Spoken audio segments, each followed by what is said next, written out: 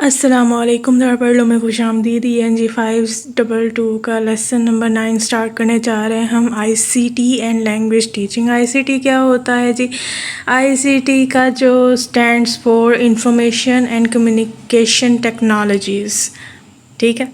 तो जी ICT से क्या मुराद है? अब ये उन्होंने लैंग्वेज टीचिंग में ये टेक्नोलॉजी को ले आए हैं जो कि आ चुकी है। इंफॉर्मेशन एंड कम्युनिकेशन टेक्नोलॉजीज़ इतनी आ चुकी हैं, तो वो उसके हवाले से वो लैंग्वेज टीचिंग का आगे से स्कोप बताएंगे। इसमें क्या करते हैं आप, ICT के ज़रिए आप कम्युनिकेट कर सकते हैं through telephone, internet, email, satellite, television, video conference और इस तरह के बेशुमार आपके पास रिसोर्सेज आ चुके हैं। इंफॉर्मेशन टेक्नोलॉजी ने आपको ये बहुत सारे ज़राए दे दिए गए हैं और इन ज़रायों को फिर आप लैंग्वेज टीचिंग में कैसे इस्तेमाल करेंगे, अब हम इस चैप्टर में ये पढ़ेंगे। तो जी MCQs है कि जी the information and communication technologies encompass of hardware and software. ठीक हो गया जी। नेक्स्ट टॉपिक नंबर 42 पे आ जाएँ, literacy and multi modality. Multi modal text. Multi modal text क्या होता है? एक ऐसा टेक्स्ट जो कि मुख्तलिफ ज़राए से आपको एक मीनिंग दे। मतलब कि देखें ना, एक पोस्टर होता है, उसमें खाली टेक्स्ट ही तो नहीं लिखा होता, उसमें पिक्चर्स भी साथ होती हैं, साथ में डिज़ाइन होता है, साथ में इतनी सारी चीज़ें होती हैं। ये सारी चीज़ें मिल के आपको एक प्रॉपर मीनिंग प्रोवाइड करती हैं। तो ऐसा टेक्स्ट जो कि मुख्तलिफ सोर्सेज, मुख्तलिफ मोड्स को लेके कंबाइन करके आपको एक मीनिंग दे प्रॉपर, वो मल्टी मॉडल टेक्स्ट कहलाता है। A multi model text conveys meaning through a combination of 2 और मोर मोड्स। ठीक है। For example, a poster conveys meaning through a combination of written language, still image and spatial design. ठीक हो गया। ये बाकी MCQs हैं। मोड क्या होता है जी? जैसे कि मैंने आपको बताया कि आप एक मीनिंग को बहुत सारे ज़रायों से कन्वे कर सकते हैं। ठीक है।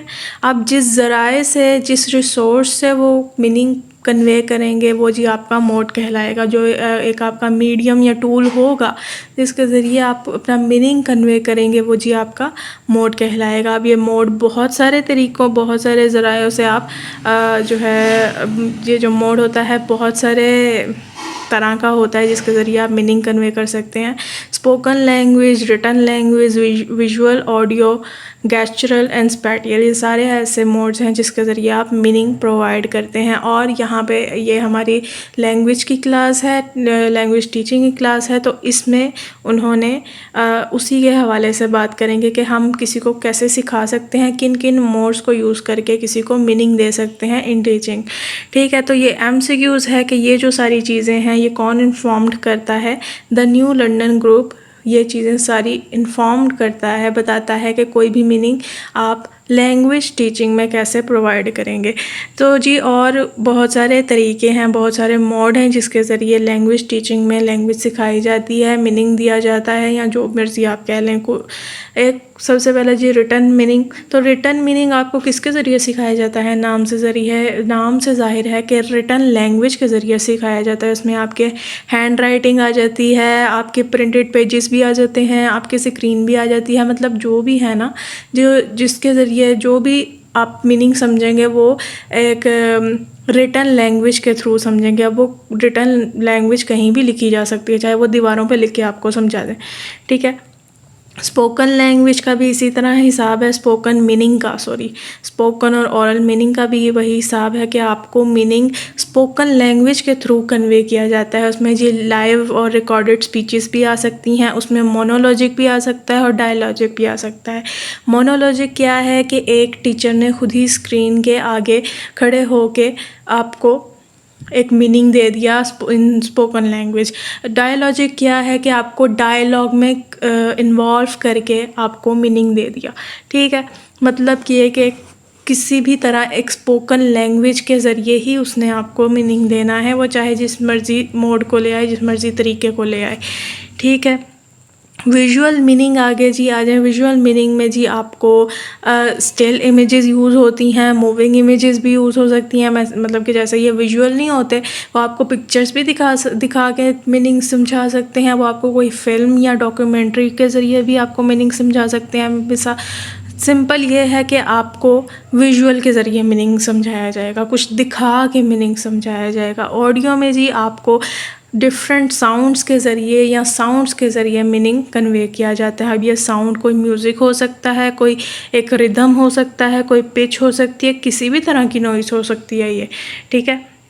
स्पैटियल मीनिंग भी आ जाए जी। Spatial meaning conveys through design of spaces के जी ये आपको स्पेसिस के डिज़ाइन के ज़रिए आपको एक मीनिंग दिया जाता है। जैसे कि अब कोई चीज़ बहुत दूर है तो वो आपको कैसी नज़र आएगी, वो ऑब्वियसली आपको छोटी नज़र आएगी। एक चीज़ आपके करीब है तो कैसी वो नज़र आएगी, क्या एंगल होगा। आप ऊपर हैं, एक चीज़ नीचे है, वो आपको किस एंगल से नज़र आएगी, क्या उसका होगा। एक पिक्चर आपके दिमाग में आएगी, एक चीज़ ऊपर है और आप नीचे हैं तो आपका फिर क्या एंगल बनेगा, आप उसे कैसे, ये सारी जो स्पेसिस का डिज़ाइन होता है या एंगल होते हैं, इसके ज़रिए आपको जो है होती है मीनिंग समझाया जाता है। इसमें गेस्चरल मीनिंग पे आ जाए जी। जाहिर सी बात है, गेस्चरल मतलब आपकी बॉडी मूवमेंट, आपके गेस्चर्स के थ्रू आपको मीनिंग समझाया जाता है। इसमें जी आपकी फुल बॉडी गेस्चर्स आ जाते हैं, जैसे कि फेशियल एक्सप्रेशन, आई मूवमेंट या आपकी वॉक या किसी भी तरह का आपकी एक पूरी बॉडी लैंग्वेज होती है जिसके ज़रिए आपको मीनिंग समझाया जा सकता है। तो जी ये सारे इसमें आते हैं गेस्चरल मीनिंग में, ठीक हो गया। Types of multi modal text पे आ जाए जी। उनका कहना है multi modality does not necessarily mean use of technology. के मल्टी मोडैलिटी का मतलब ये नहीं होता कि आपने टेक्नोलॉजी यूज़ करनी है, ठीक है, to convey meaning. Multi modality का मतलब ये होता है multi model text can be paper based, live और डिजिटल। आप कोई मीनिंग किसी भी तरह दे सकते हैं। मतलब एक पोस्टर होता है वो पेपर पे भी दिया जा सकता है, वो डिजिटल में भी दिया सकता है, वो लाइव में भी दिखाया जा सकता है, ठीक है। तो ज़रूरी नहीं होता कि टेक्नोलॉजी को ही बीच में हर जगह लेके आना है। तो ये MCQs है। अच्छा जी, अब उनका क्या कहना है, पेपर बेस्ड मल्टी मॉडल कैसा होता है। जाहिर सी बात है उसमें पिक्चर बुक्स आती हैं, टेक्स्ट बुक्स आती हैं, ग्राफिक नॉवेल्स आते हैं, कॉमिक्स एंड पोस्टर्स, ये सारे जो होते हैं जो कि पेपर पे ज़्यादातर होते हैं, वो जी paper based multi modal text कहलाते हैं। लाइव मल्टी मॉडल टेक्स्ट में जी क्या आता है, उसमें जी डांस परफॉर्मेंसेस और स्टोरी टेलिंग, ये जो भी लाइव आपके सामने कुछ किया जाता है जिसके ज़रिए आपको मीनिंग प्रोवाइड किया जाता है, वो जी लाइव मल्टी मॉडल टेक्स्ट में आ जाता है। टेक्स्ट से आपने कंफ्यूज नहीं होना कि टेक्स्ट ही कोई होगा। टेक्स्ट से मुराद है मीनिंग, ठीक है, कि आपको मीनिंग दिया जा रहा है। तो वो लाइव भी हो सकता है, वो पेपर बेस्ड भी हो सकता है, वो डिजिटल वे में भी आपको दिया जा सकता है, ठीक है। डिजिटल मल्टी मॉडल टेक्स्ट में जी आपके सामने फिल्म आपको दिखाई जाती है, एनिमेशन आ जाती हैं, स्लाइड शोज आ जाती हैं और हर वो तरह का सोर्स आ जाता है जो कि डिजिटली आप देखते हैं। उसमें पॉडकास्ट भी आ सकती हैं, वेब पेजेस भी होते हैं। तो ये जो सारे हैं वो मल्टी मॉडल टेक्स्ट में आते हैं। अच्छा जी, why teaching multimodal literacy is important जी। उनका कहना है क्यों ज़रूरी है, तो जाहिर सी बात है उनका कहना है कि स्टूडेंट्स को ये पता होना चाहिए कि जो ऑथर्स ये जो सारे ये टेक्स्ट बना रहे हैं, आपको मीनिंग दे रहे हैं, ये कैसे ऑर्गेनाइज़ कर रहे हैं अपने टेक्स्ट को, आपको कैसे वो मीनिंग देने की कोशिश कर रहे हैं। और जब अब हमारे पास इतना हम डिजिटल एरा में आ चुके हैं जहाँ पे हर एक कदम पर डिजिटल वे में हमें कोई ना कोई पोस्चर या कोई ना कोई मीनिंग या कोई ना कोई स्टिमुलस ही मिलता है, तो ऐसे ज़रिए से इस एरा में हमें बहुत ज़रूरी है कि हम इन मल्टी मॉडल टेक्स्ट को समझें कि एक जो मीनिंग हमें दे रहा है वो पिक्चर, वो टेक्स्ट और वो जो भी डिज़ाइन, वो एक कम्बिनेशन करके हमें मीनिंग दे रहा है, वो क्या दे रहा है, क्यों है। अगर वहाँ पे अगर एक पोस्टर में एक पिक्चर दी भी गई है तो वो क्यों दी गई है, वो खाली टेक्स्ट भी तो दे सकता था ना, उसके ज़रिए भी तो बता सकता था ना, अपनी एडवर्टाइजमेंट कर सकता था, पर लेकिन नहीं। तो ये जी उनका कहना है इसलिए ज़रूरी है। अब ये जी MCQs है जी, उनका यही कहना है कि एक विजुअल टेक्स्ट में कैसे लोग या कुछ भी ऑब्जेक्ट्स जो भी वहाँ पे प्लेस की जाती हैं एक विजुअल टेक्स्ट में या किसी भी पोस्टर में, वो क्यों, क्या मीनिंग होता है उनका, क्या सिंबल्स का मीनिंग होता है जो कि उस पोस्टर्स में डाले जाते हैं, क्यों डाले जाते हैं। एक जो अब देखें ना, वर्ड्स में 3 लेआउट्स होती हैं ना, माइक्रोसॉफ्ट वर्ड में 3 लेआउट होती हैं। एक लेफ़्ट साइड होती है, एक राइट साइड होती है, और एक जो होती है मिड में होती है। तो लेफ़्ट का कुछ और मीनिंग होता है, राइट का कुछ और मीनिंग होता है, मिड का कुछ और मीनिंग होता है। मिड अक्सर ही हेडिंग्स के लिए होती है ना, हेडिंग्स नहीं, सॉरी, वो क्या कहते हैं, टॉपिक्स के लिए होती हैं, टॉपिक्स को मेंशन करने के लिए होती हैं, जबकि हेडिंग्स के लिए लेफ़्ट साइड होती है। तो ये सारा एक जो सिस्टम है कि जो पूरा एक हर एक सिंबल का कोई ना कोई मीनिंग होता है। तो ये सारी चीज़ें समझने के लिए जी आपको पता होना चाहिए कि मल्टी मॉडल टेक्स्ट का क्या मीनिंग होता है। ठीक है, तो ये जी है मोड्स एंड मीनिंग मेकिंग 3 सबस्टैंड्स। उनका ये कहना है कि करंटली विक्टोरियन करिकुलम ऐसा है जिसने टीचिंग में या लैंग्वेज में मीनिंग कन्वे करने के लिए 3 सबस्टैंड्स हमें दिए हैं कि कोई भी 3 ऐसे तरीक़ों से या 3 ऐसे क्या कह लें स्टेप्स होते हैं जिनके ज़रिए ऑथर जो होते हैं अपना मीनिंग कन्वे करते हैं, क्रिएट करते हैं, दिखाते हैं, समझाते हैं स्टूडेंट को। ठीक है, वो कौन कौन से 3 स्टेप होते हैं या सब स्ट्रैंड्स होते हैं। सबसे पहले जी एक्सप्रेसिंग एंड डेवलपिंग आइडियाज़। क्या टेक्स्ट में हो रहा है, कैसे ऑथर ने कोई भी अपने जो है मीनिंग को एक्सप्रेस करना है, कैसे आइडिया डेवलप करना है स्टूडेंट के दिमाग में, ये सारी चीज़ें उसमें आती हैं। जैसे कि who, what, where and when to express action and ideas. ये सारे एक ऑर्गेनाइजेशन होती है जिसके ज़रिए जो होता है ऑथर या कोई भी अपना मीनिंग कन्वे करता है स्टूडेंट को। Interacting and relating with others. अच्छा जी, अब वो जो टेक्स्ट है या जो वो मल्टी मॉडल टेक्स्ट है वो कैसे आपसे रिलेट कर रहा है, आप कैसे उससे रिलेट कर पा रहे हैं, आप कैसे उससे इंटरेक्ट कर पा रहे हैं। इंटरेक्ट से मुराद है यही होता है कि वो आपसे रिलेट कैसे कर पा रहा है। देखें ना, मिसाल के तौर पर अब वो एक क्या ड्रामा चला था, परीज़ाद। वो परीज़ाद इतना क्यों हिट हुआ? वो इसलिए हिट हुआ क्योंकि उस ड्रामे ने लोगों से इंटरेक्ट किया, एक मीनिंग एक उनसे रिलेट किया कि ये आम सोसाइटी में ये आम है कि जो होता है पैसे को ज़्यादा अहमियत दी जाती है, पैसे वाले की वाह वाह होती है, उसके जी ऐबों पे भी पर्दे डाल दिए जाते हैं, उसके ऐबों से भी आंखें चुरा ली जाती हैं। तो एक रिलेट किया है, एक जो होते हैं मेजॉरिटी में लोगों से इंटरेक्ट किया है उस ड्रामे में। तो इस चीज़ को कहते हैं इंटरेक्टिविटी या रिलेटिंग टू अदर्स। तो जी एक आपका जो मीनिंग है, जो एक मल्टी मॉडल टेक्स्ट वो आपसे रिलेट कर भी पा रहा है कि नहीं। एक आपके सामने एडवर्टाइजमेंट आई है, ठीक है, अब आप हैं मेल और आपके सामने एडवर्टाइजमेंट आ गई है किसी फीमेल प्रोडक्ट की, तो जाहिर सी बात है वो आपसे रिलेट नहीं करेगी, ठीक है। Text structure and organisation. कैसे जी ऑथर अपना टेक्स्ट जो है उसका स्ट्रक्चर रखता है। जाहिर सी बात है बच्चों का स्टैंडर्ड होगा तो बच्चों के स्टैंडर्ड के मुताबिक उतना ही आसान स्ट्रक्चर डालेगा।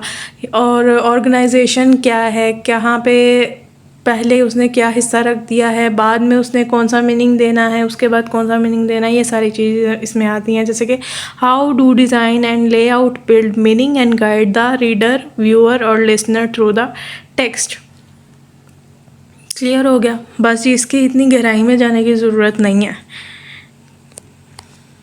टॉपिक नंबर 43 पे आ जाए जी, लैंग्वेज एंड आईसीटी। अच्छा जी, उनका कहना है the principal most recent trends in the teaching of foreign languages are. कुछ प्रिंसिपल्स हैं जो कि रीसेंट टीचिंग के ट्रेंड्स में इस्तेमाल किए जाते हैं या बनाए गए हैं। वो कौन कौन से प्रिंसिपल्स हैं? सबसे पहले जी the teaching focuses on the student, कि जी आप जो सिखाएंगे उसका फोकस टोटल किस पे होगा? स्टूडेंट के ऊपर होगा। स्टूडेंट के मुताबिक ही आप उसे सिखाएंगे। ये नहीं है कि टीचर ने अपना रूल रखा हुआ है वो अपने तरीके से चलाई जा रही है। The student is becoming a the teacher is becoming a को लर्नर। टीचर भी उस बच्चे के साथ एक को लर्नर बन चुकी है कि उसने उसके साथ मिलके एक चीज़ सीखनी है। ये नहीं है कि वो खुद को पता नहीं क्या सुपीरियर चीज़ समझ रही है, सब कुछ उसने ही हैंडल करना है और उसने ही सब कुछ अपने मुताबिक सिखाना है। बच्चे की नीड को, बच्चे के टीचिंग स्टाइल को सामने रखा जाएगा, बच्चे को फोकस में रख के ही उसे सिखाया जाएगा। ये सबसे पहला प्रिंसिपल है। नेक्स्ट पे आ जाए जी, सेकंड प्रिंसिपल है the concept of autonomous learning is being implemented. के जी ऑटोनॉमस लर्निंग क्या होती है कि बच्चे को इंडिपेंडेंट लर्निंग सिखाई जाए, बच्चे को सिखाया जाए कि किस तरह वो खुद एक चीज़ अच्छे तरीके से सीख सकता है। Be responsible for their own learning climate. के जी बच्चा जो है उसे ये एहसास हो कि मैं खुद रिस्पॉन्सिबल हूँ कि मैंने कैसे सीखना है, कैसे किसी चीज़ को हैंडल करना है, क्या मेरी लर्निंग स्ट्रैटेजी होनी चाहिए। तो ये सारी चीज़ें ऑटोनोमस लर्निंग में आती हैं। These attributes serve to aid a student in his her independent learning.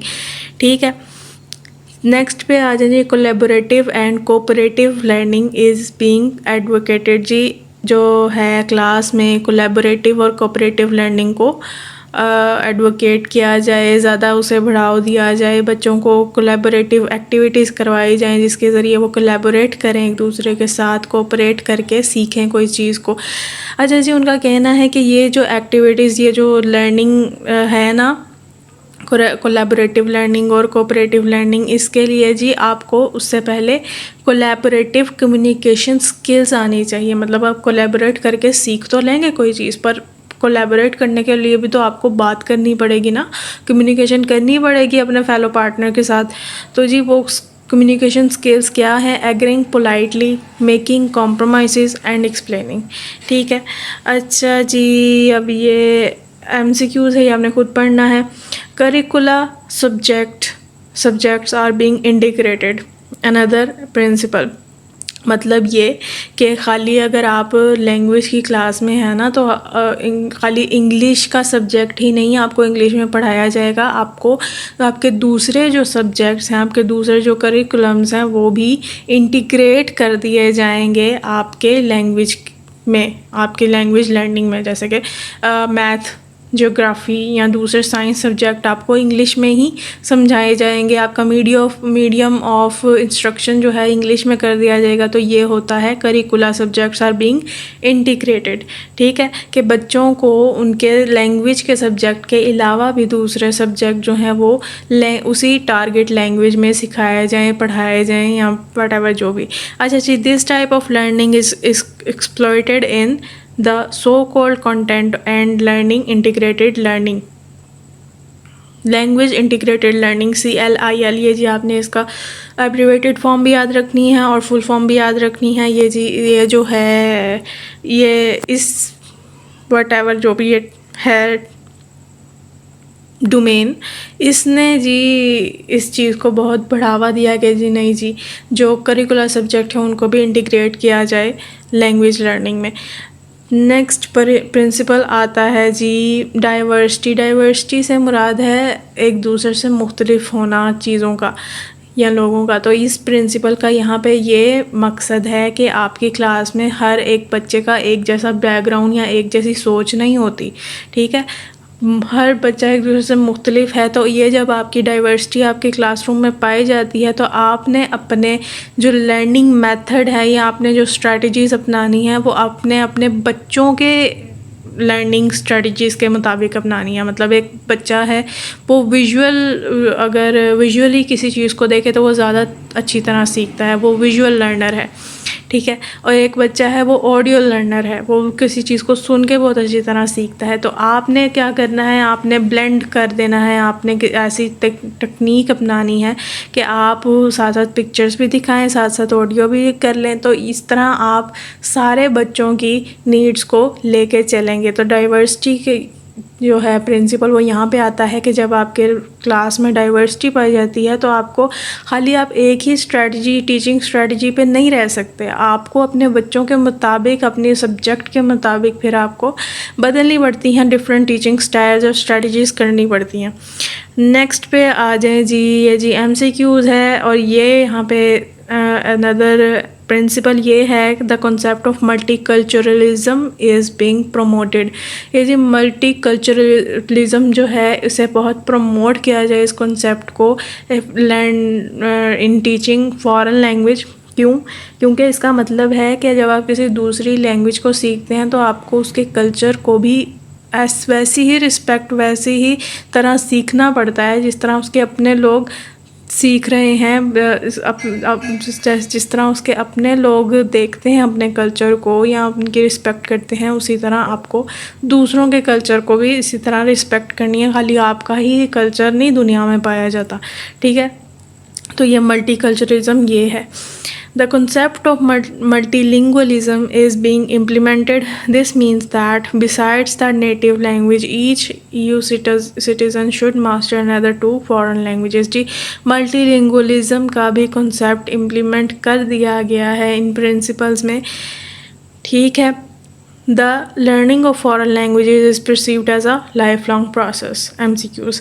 अच्छा जी, अब उनका कहना है another MCQs, all the above mentioned trends concepts arise from the common European reference framework for languages। ये जो ऊपर जितने भी प्रिंसिपल्स या ट्रेंड्स आपको बताए गए हैं ये जी common European reference framework for languages से लिए गए हैं, ठीक है। ब्लेंडेड लर्निंग पे आ जाए जी।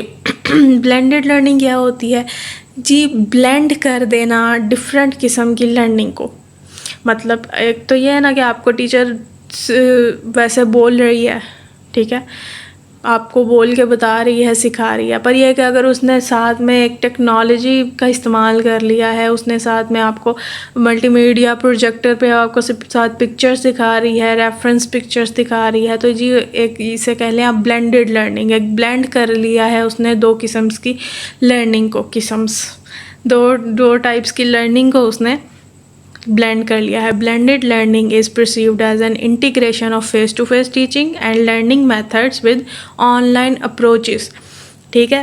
कि एक तो फेस टू फेस टीचिंग और जो ऑनलाइन अप्रोचेस हैं टीचिंग की उसको इकट्ठे करके बच्चों को सिखाना, वो जी ब्लेंडेड लर्निंग में आ जाता है कि ब्लेंड कर दिया है आपने दो किस्म की मेथड्स को, टीचिंग मेथड्स को, ठीक है जी। ये MCQs है। यहाँ पे इस एग्जांपल से आपको ज़्यादा अच्छी तरह ब्लेंडेड लर्निंग की समझ आएगी जी। अकॉर्डिंग टू डे पैतर उसने ये बोला कि जी ब्लेंडेड लर्निंग का आपके ये बेस्ट मिसाल है कि इंग्लिश की क्लास में ना इंस्ट्रक्टर ने ये किया कि हम जितने भी ऑडियो बेस्ड एक्टिविटीज़ होंगी ना वो जी हम जी फ़ेस टू फेस करेंगे, क्लासरूम में करेंगे, पर जो रिटन काम होगा ना, जो रिटन कम्प्रीहेंशन का सारे काम होंगे वो हम ऑनलाइन करेंगे।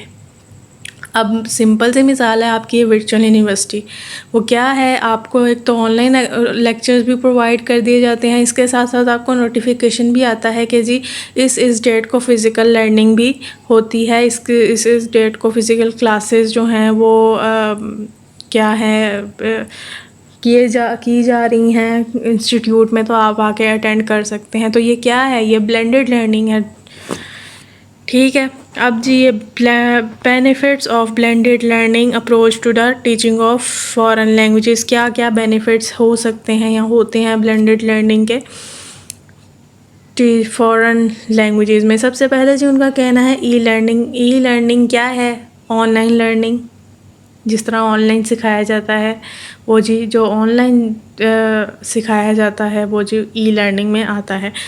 ई लर्निंग उनका कहना है, ई लर्निंग के ज़रिए आप क्या कर सकते हैं, आप जी जो लैंग्वेज सीख रहे हैं आप उसके कल्चर को दरियाफ्त कर सकते हैं through YouTube videos, meaningful situational videos देख सकते हैं कि जैसे कोई बाहर के मुल्क में कैसे कम्युनिकेट कर रहा है, एक सिचुएशन है वो कैसे उसमें कम्युनिकेट कर रहा है। इसके अलावा चैट रूम्स होते हैं, वीडियो कॉन्फ्रेंसेस होती हैं, ये सारे ऐसे टूल्स हैं जिसकी मदद से आप बहुत अच्छी तरह लर्न कर सकते हैं लैंग्वेज को, ठीक है। और ये सारी ई लर्निंग के टूल्स होते हैं। सेकंड में वो क्या कहता है कि language is all about communication. जी आप जब आप कोई लैंग्वेज सीखते हैं तो वो क्या उसका बेसिक मकसद होता है कि आप कम्युनिकेशन करना सीखें। तो ये जो तमाम सारे ऊपर टूल्स मौजूद हैं, चैट रूम्स हैं, वीडियो कॉन्फ्रेंसेस हैं, इसके ज़रिए आप अपने फेलो पार्टनर्स या जो आपकी क्लास में वो सेम ई लर्निंग की क्लास जो अटेंड कर रहे हैं, आप उनके साथ टारगेट लैंग्वेज में बात कर सकते हैं। आप अपनी टीचर के साथ टारगेट लैंग्वेज में कम्युनिकेट कर सकते हैं। आप बेशुमार आपके पास ना ज़राए मौजूद हैं जिसके ज़रिए आप कम्युनिकेशन कर सकते हैं उनसे अपनी टारगेट लैंग्वेज में। ठीक है, ये भी एक बेनिफिट हो गया। थर्ड है जी यूजिंग विकिज़। विकिज़ क्या? विकीपीडिया। जी उनका कहना है विकीपीडिया को इस्तेमाल करके आप जी अपनी एकेडमिक स्किल्स को बढ़ा सकते हैं। उस पर जी आपको पता ही है कि कितना बेशुमार इंफॉर्मेशन वो विकीपीडिया पे मौजूद होती है। तो उनका कहना है आप अपनी एकेडमिक स्किल्स बढ़ा सकते हैं यूजिंग विकीपीडिया। और जी आप बेसिक रिसर्च कैसे कंडक्ट करते हैं वो आप सीख सकते हैं। इसके अलावा जी yet another advantage of the e learning component is that the blended course gives students a chance to revisit lectures और सेमिनार्स MCQs। जी अब जैसे आपके वर्चुअल यूनिवर्सिटी में ये होता है कि आप कभी भी लेक्चर खोल के देख सकते हैं, तो ब्लेंडेड लर्निंग यही है, ई लर्निंग का यही कंपोनेंट है कि स्टूडेंट्स जो है वो कभी भी लेक्चर्स को दोबारा रिविज़िट कर सकते हैं, कभी भी दोबारा देख सकते हैं या किसी भी टाइम जब उन्हें मुनासिब लगे। और जी इसका क्या है? Frequent tutor feedback. जी आप जब ई लर्निंग पे करते हैं तो ये होता है कि आपको उसी वक्त जो है कंप्यूटर आपको जो है फीडबैक दे देता है कि आपने अपने MCQs में ये किया, आपने अपने ये यहाँ पे ऐसे किया। यहाँ टीचर भी ये कि आपको फ़ौरन से फ्रीक्वेंट फीडबैक दे देती होती है अक्सर ही ई लर्निंग में। तो उसका कहना है जब आपको फ्रीक्वेंटली फ़ीडबैक मिलती है तो जी आप ज़्यादा बेहतर तरीके से सीख पाते हैं। वो जब आप क्लासरूम में सारे बच्चों को आप एक दम से तो नहीं फ़ीडबैक देते थे ना, आप दे ही नहीं सकते। तो जब आप इस तरह ई लर्निंग में यहाँ पर हर एक बच्चे के काम को देख के फ़ौरन से फ़ीडबैक दे सकते हैं और इस तरह बच्चे ज़्यादा आसानी से अपना काम को, अपने एरर्स को बेहतर कर सकते हैं। ठीक है, ये सारे बेनिफिट्स हैं। ऑटोनॉमस लर्निंग पे आ जाएं जी। ये आपने ये याद रखना है कि ये BL जो है ये ब्लेंडेड लर्निंग की एब्रिविएशन है। ठीक है, ये आपने याद रखना है। अच्छा जी, ऑटोनॉमस लर्निंग क्या होता है कि बच्चा जो है वो ख़ुद मुख्तार हो जाए सीखने के मामले में, वो अपने डिसीजन खुद ले सके पढ़ाई के मामले में। To be autonomous learners need to be able to have some choice in what, where, when and how to study। वो कोई कोर्स ज्वाइन कर रहा है उसे पता होना चाहिए मैंने वो क्यों ज्वाइन किया है, मेरा मकसद क्या है। और जब वो ज्वाइन कर ले तो टीचर जी वो टीचर के साथ एज अ पार्टनर के तौर पर वो चीज़ सीखें, ना कि क्या कह लें कि उसे कुछ पता ही ना हो कि करना क्या है। अपने डिसीजन लेने में कि मैंने कोई चीज़ सीखनी है, कैसे सीखनी है, क्यों सीखनी है, वो इसके बारे में जानता हो, रिस्पॉन्सिबल हो अपनी पढ़ाई के मामले में, इंडिपेंडेंट लर्निंग करना जानता हो। ये नहीं है कि टीचर ने कुछ समझाया है तो ही हमने कुछ समझना, खुद से कोई एफर्ट ही ना करे वो सीखने में। तो ये सब कुछ जो ये क्वालिटीज़ होती हैं ये ऑटोनॉमस लर्निंग में आती हैं। ठीक है, और इसके अलावा उसे स्ट्रैटेजीज़ अपनी लर्निंग स्ट्रैटेजीज़ का पता हो कि हाँ जी मैं एक विजुअल लर्नर हूँ, मैं देख के ज़्यादा अच्छा सीख सकता हूँ, या मैंने कोई और चीज़ मैंने किस तरह कैसे सीखनी है। ये सारी चीज़ें इंडिपेंडेंट लर्निंग में आती हैं। और अगर आप इंडिपेंडेंट लर्नर हैं तो फिर आप एक ऑटोनॉमस लर्नर हैं। ठीक है, MCQs देख लें जी। Intrinsic and social motivation plays a central role in learners autonomy. कि जी आपकी इंट्रिंसिक और सोशल मोटिवेशन जो होती है, मतलब एक तो वो मोटिवेशन है जो आपके अंदर से आप आ रही है कि हाँ भाई मैंने ये चीज़ सीखनी ही सीखनी है, मुझे ये चीज़ अच्छी लगती है। और एक सोशल मोटिवेशन कि आपकी सोसाइटी में एक चीज़ को बहुत बढ़ावा दिया जाता है या बहुत ज़्यादा उसको हाँ हू की जाती है उसके बारे में, तो आपको वहाँ से मोटिवेशन मिलती है। तो ये जो दो चीज़ें हैं, ये जो दो सोर्सेज हैं मोटिवेशन के, ये जी बहुत सेंट्रल रोल अदा करते हैं लर्नर्स ऑटोनॉमी में। इसके अलावा जी जो teacher becomes a partner in such learning processes MCQs कि जी ये एक ऐसा प्रोसेस है जिसमें टीचर एज अ पार्टनर आपके साथ आपको चीज़ें सिखाती है, ना कि वो कोई सुपीरियर जिसे कह लेना एंटिटी के तौर पर आपके सामने होती है। नहीं, ऑटोनॉमस है यही कि टीचर अगर आपको नहीं भी बताएगी तो आप खुद उस टॉपिक को या उस चीज़ को हैंडल कर पाएंगे या हैंडल कर सकते हैं। तो फिर इसमें क्या होता है, एज अ पार्टनर के तौर पर वो होती है। अच्छा जी, उनका कहना है एक क्रिएटिव टीचर जो है वो ज़्यादातर बच्चे की थिंकिंग स्किल्स को प्रमोट करता है ड्यूरिंग टीचिंग द कंटेंट। जब वो कंटेंट सिखा रही होती है तो वो चाहती है कि बच्चे जो है उसकी थिंकिंग स्किल को वो पॉलिश करे।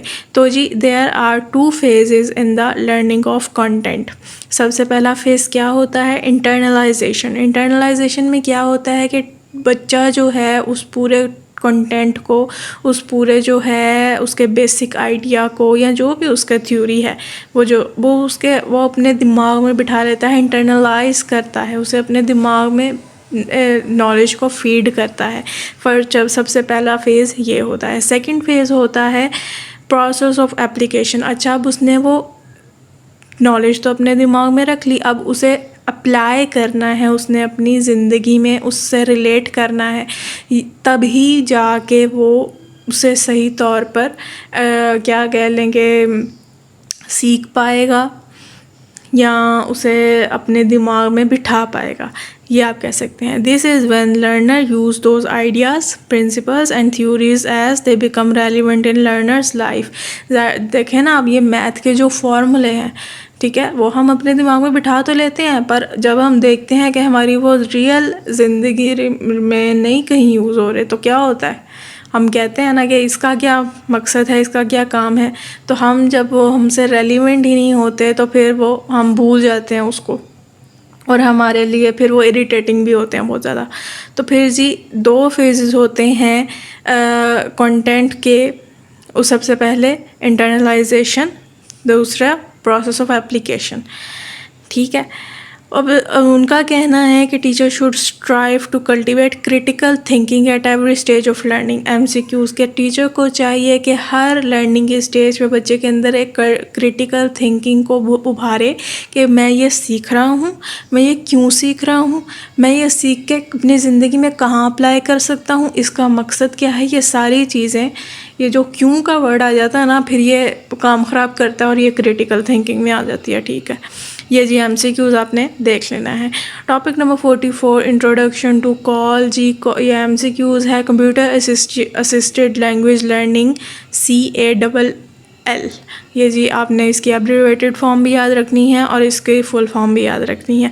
कंप्यूटर असिस्टेड लैंग्वेज लर्निंग में क्या MCQs नाम से जाहिर है उसके कि जी आपने लैंग्वेज लर्न करनी है पर कंप्यूटर के ज़रिए, टेक्नोलॉजी के ज़रिए, ठीक है। आपको नहीं ज़रूरत कि आप क्लासरूम में जाएं, टीचर आए उधर और आप एक फ़ेस टू फेस उसमें करें।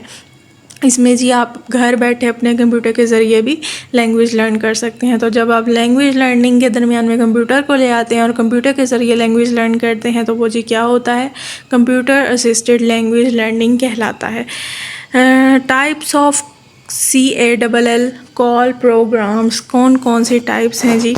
सबसे पहले जी कॉल स्पेसिफिक सॉफ्टवेयर। ये जी ऐसे सॉफ्टवेयर्स होते हैं जो कि बनाए ही लैंग्वेज लर्निंग के लिए जाते हैं कि बच्चे इसको इस्तेमाल करके, इस सॉफ्टवेयर को इस्तेमाल करके लैंग्वेज लर्न करें। इसमें जी क्विज़ेस हो सकते हैं, एक्सरसाइजेस हो सकती हैं, बहुत सारी चीज़ें आपको क्या कहते हैं कंप्यूटर पे दी जा सकती हैं जिसके ज़रिए आप लैंग्वेज लर्न करें। जेनरिक सॉफ्टवेयर आते हैं जी। जेनरिक सॉफ्टवेयर में वर्ड प्रोसेसर आपका आ जाता है, आपका पावर पॉइंट आ जाता है, आपका एक्सेल शीट, इस तरह के सारे सॉफ्टवेयर जो कि आपकी लैंग्वेज लर्निंग में मदद करते हैं वो जी जेनरिक सॉफ्टवेयर में आते हैं। इसके अलावा वेब बेस्ड लर्निंग प्रोग्राम्स होते हैं, मतलब ऑनलाइन डिक्शनरीज इसमें आ जाती हैं, इंसाइक्लोपीडिया, जो भी वेब पे आप चीज़ सर्च करेंगे अपने लैंग्वेज लर्निंग के हवाले से, जो कि आपको मदद करेगी आपकी लैंग्वेज लर्निंग में। वो क्या होता है, वो जी वेब बेस्ड लर्निंग प्रोग्राम्स होते हैं। उसमें विकीपीडिया भी आ जाता है, उसमें इंसाइक्लोपीडिया भी आ जाता है, उसमें ब्लॉग भी आ जाते हैं, उसमें हर चीज़ आ जाती है। Computer mediated communication CMC programs भी आते हैं इसमें। जैसे कि कंप्यूटर मीडिएटेड कम्युनिकेशन क्या है, कंप्यूटर के ज़रिए आप जब कम्युनिकेशन करते हैं, आप इसमें सोशल मीडिया साइट्स सारी आ जाती हैं जब तकरीबन, जिसके ज़रिए आप किसी दूसरे से कम्युनिकेशन कर सकते हैं। तो इसके ज़रिए फिर आप टीचर से भी कम्युनिकेशन कर सकते हैं। तो इसमें ऑनलाइन चैट आ जाते हैं, ईमेल आ जाती है, डिस्कशन फॉरम्स आ जाते हैं। जो भी एक अगर टीचर ने एक जूम क्लास भी बनाई हुई है ना, तो आप उसके ज़रिए चैट तो कर पा ही रहे हैं अपने टीचर के साथ, अपने दूसरे ग्रुप फेलोज़ के साथ, जो भी। तो फिर ऐसी जो है क्या, ऐसे प्लेटफॉर्म को क्या कहते हैं, कंप्यूटर मीडिएटेड कम्युनिकेशन प्रोग्राम्स कहते हैं। ठीक है, roles of computer in language learning and teaching, क्या क्या रोल अदा करता है कंप्यूटर इन लैंग्वेज लर्निंग और टीचिंग में जी। ये एज अ ट्यूटर भी होता है, एज अ टूल भी होता है, और एज अ मीडियम भी होता है इसका रोल। ट्यूटर में क्या है कि लैंग्वेज की ड्रिल्स वो आपको देता है, स्किल प्रैक्टिस आपको करवाता है, बिना थके, बिना इरिटेट हुए, बगैर आपसे बेतहाशा वो MCQs का टेस्ट ले सकता है, बार बार ले सकता है। तो ये एज अ ट्यूटर के तौर पर होता है। टूल, आपको एज अ टूल इस्तेमाल कर सकते हैं इसे राइटिंग में, प्रेजेंटेशन में, रिसर्चिंग में, लैंग्वेज की, या जो भी आपका मकसद है। और जी मीडियम होता है ऑफ ग्लोबल कम्युनिकेशन। ठीक है, how computer can be used in the language class जी। कैसे कंप्यूटर इस्तेमाल हो सकता है लैंग्वेज क्लास में जी। आप अपने कंटेंट की डिलीवरी कर सकते हैं थ्रू कंप्यूटर्स। आप पावर पॉइंट के ज़रिए कर सकते हैं, वर्ड प्रोसेसर के ज़रिए, वेब पेजेस के ज़रिए, सारे आप कर सकते हैं कंप्यूटर के ज़रिए। अपना जो है कंटेंट डिलीवर कर सकते हैं। या तो टीचर वो क्या कहते हैं मल्टीमीडिया प्रोजेक्टर के ज़रिए उस पर दिखा दे पावर पॉइंट की स्लाइड्स, या वर्ड प्रोसेसर का वहाँ पे दिखाते हैं, या आपको वैसे अलग से PDF भेज दे कि जी आज आपका ये लेसन है, या आपको वेब पेजेस के लिंक भेज दे। ये सारे जी इसके ऐसे ही इस्तेमाल होता है। फिर जी कंप्यूटर मीडिएटेड कम्युनिकेशन CMC, ये इसके ज़रिए भी आपको सीख सकते हैं। इसके अलावा टैंडम लर्निंग भी होती है। टैंडम लर्निंग क्या होती है कि जी आप ना दो लोग पेयर अप होते हैं, एक की टारगेट लैंग्वेज अलग होती है, नहीं सॉरी नेटिव लैंग्वेज अलग होती है, दूसरे की नेटिव लैंग्वेज अलग होती है, दोनों मिलके एक दूसरे को लैंग्वेज सिखाते हैं अपनी अपनी। तो ऐसी लर्निंग को टैंडम लर्निंग कहते हैं। ठीक है, सेल्फ एक्सेस लर्निंग भी आप कर सकते हैं कंप्यूटर के ज़रिए। इसे इंडिपेंडेंट लर्निंग कहते हैं कि मतलब आपने खुद ही कोई एक लैंग्वेज लर्न करने चल पड़े हैं, आपको नहीं कोई ज़रूरत टीचर की जी। आपने ड्रिल्स उसकी कर रहे हैं, एक्सरसाइज उसकी कर रहे हैं। तो ये जी सारी जो आप खुद क्या कहते हैं इंडिपेंडेंट लर्निंग करते हैं, वो जी सेल्फ एक्सेस लर्निंग में आता है, इंडिपेंडेंट लर्निंग में आता है। इसके अलावा जो डिस्टेंस लर्निंग भी होता है। अब ये जो आपका वर्चुअल यूनिवर्सिटी का जो सिस्टम है, ये डिस्टेंस लर्निंग में आता है।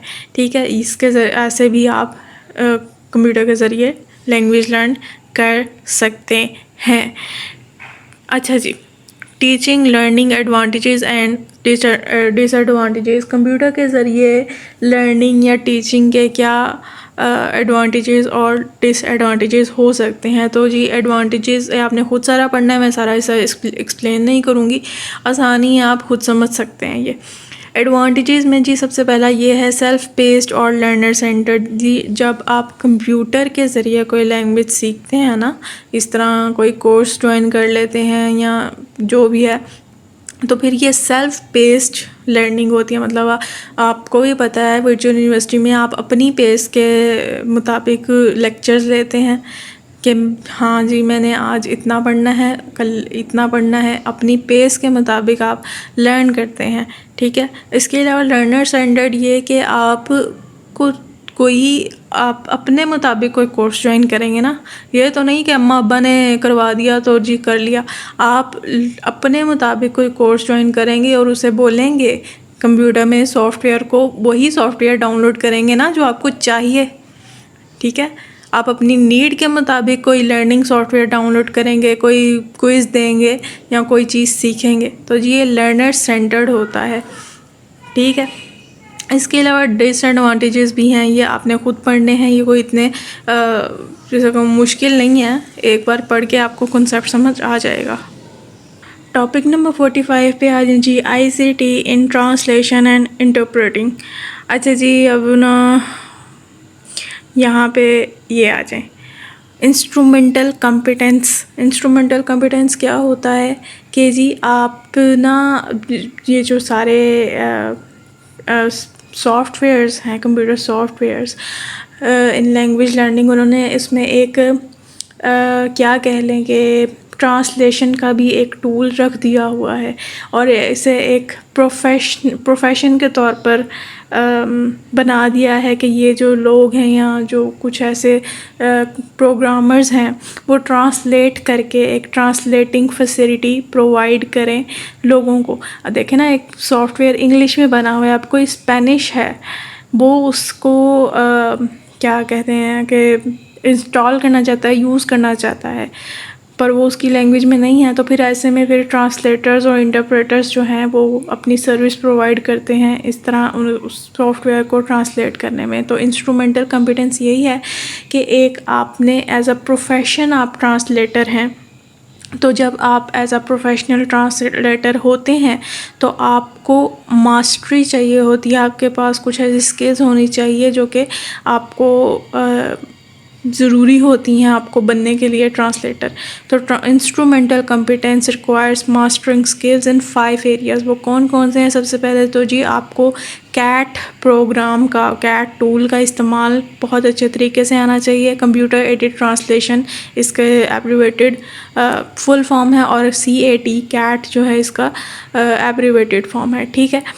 इसके अलावा जी आपको इंटरनेट और कम्युनिकेशन टेक्नोलॉजीज़ का यूज़ करना आना चाहिए। आपको इंफॉर्मेशन माइनिंग करना आना चाहिए, मतलब कि कौन सी इंफॉर्मेशन आपको कहाँ कैसे फाइंड करनी है एक एफिशिएंट वे में, आपको वो आना चाहिए। आपको टर्मिनोलॉजी मैनेजमेंट स्किल आनी चाहिए कि आपने एक चीज़ का ट्रांसलेशन करनी है, उसका क्या टर्म है, क्या आप उसे कैसे ट्रांसलेट करेंगे किसी दूसरी लैंग्वेज में। सारी ये टर्मिनोलॉजी मैनेजमेंट जो स्किल्स होती हैं वो इसमें आती हैं।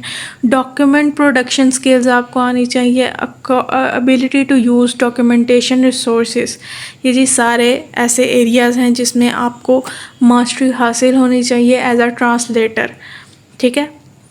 और तो फिर उन्होंने कहा कि अगर आप ठीक है, आप ट्रांसलेशन की सर्विस प्रोवाइड करते हैं, तो फिर आपको अपने एजुकेशन में at both the BA level and MA level आपकी एजुकेशन में ये सारी जो है इंफॉर्मेशन फीड होनी चाहिए, आपको मालूम होनी चाहिए।